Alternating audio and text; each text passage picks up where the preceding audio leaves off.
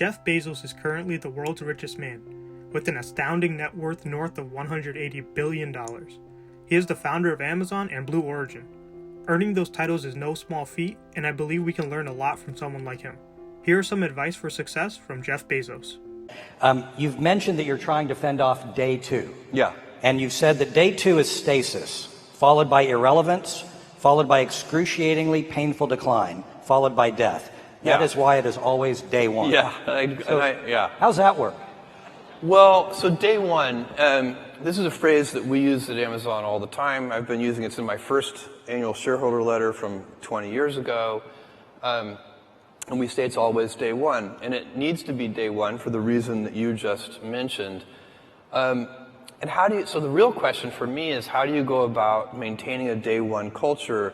You know, it's great to have the scale of Amazon. We have financial resources, we have lots of brilliant people, we can accomplish great things, we have global scope, we have operations all over the world. But the downside of that is that you can lose your nimbleness, you can lose your entrepreneurial spirit, you can lose that kind of heart that small companies often have. And so if you could have the best of both worlds, if you can have that entrepreneurial spirit and heart, while at the same time having all the advantages that come with scale and scope, think of the things that you could do. Day one, everything I've ever done has started small. Amazon started with a couple of people, and Blue Origin started with 5 people. And the budget at Blue Origin was very, very small. Now the budget at Blue Origin approaches $1 billion a year. And next year it'll be more than $1 billion.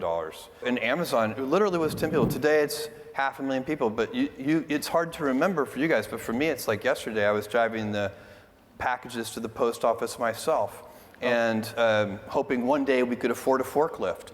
And so for me, I've seen small things get big, and it's part of this day one mentality.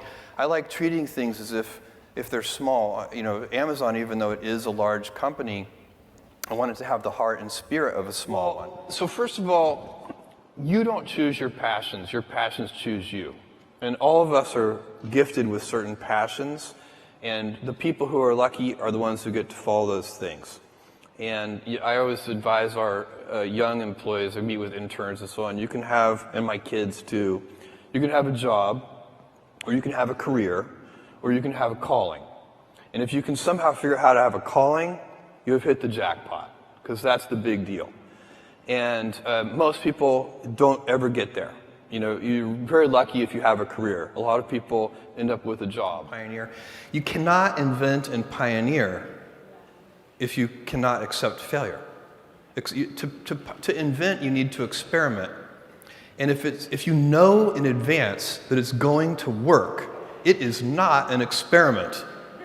And so that's a very important thing. They are inseparable twins, failure and invention. And so you have to be willing to do that. And it's embarrassing to fail.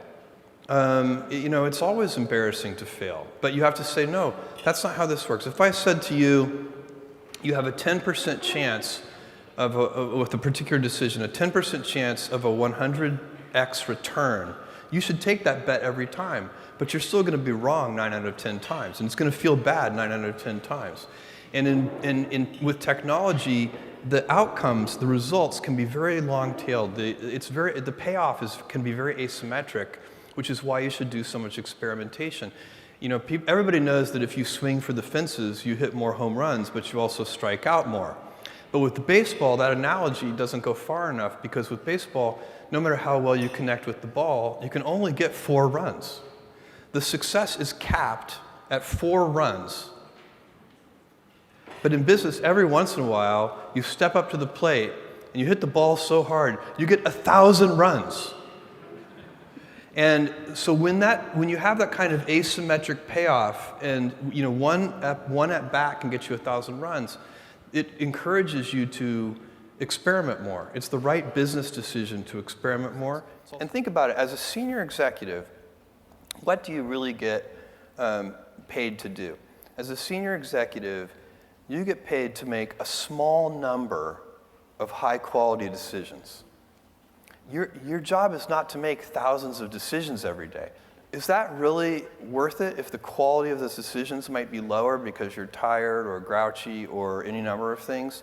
Now, it's different if it's a startup company. I mean, you're really, when Amazon was 100 people, it's a different story, but Amazon's not a startup company, and all of our senior executives operate the same way I do. They work in the future, they live in the future. None of the people who report to me should really be focused on the current quarter.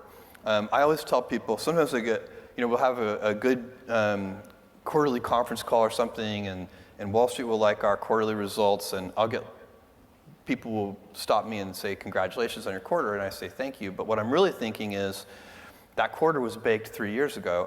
Right now, I'm working on a quarter that's going to reveal itself in 2021 sometime. And that's what you need to be doing. You need to be out sort of, 2 or 3 years in advance.